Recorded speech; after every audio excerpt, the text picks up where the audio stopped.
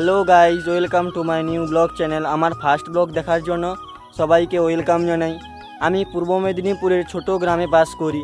আমার এডুকেশনের কথা যদি বলি তো আমি 12-এ পড়ি। আমি পড়াশোনার পাশাপাশি ইউটিউবে এসেছি।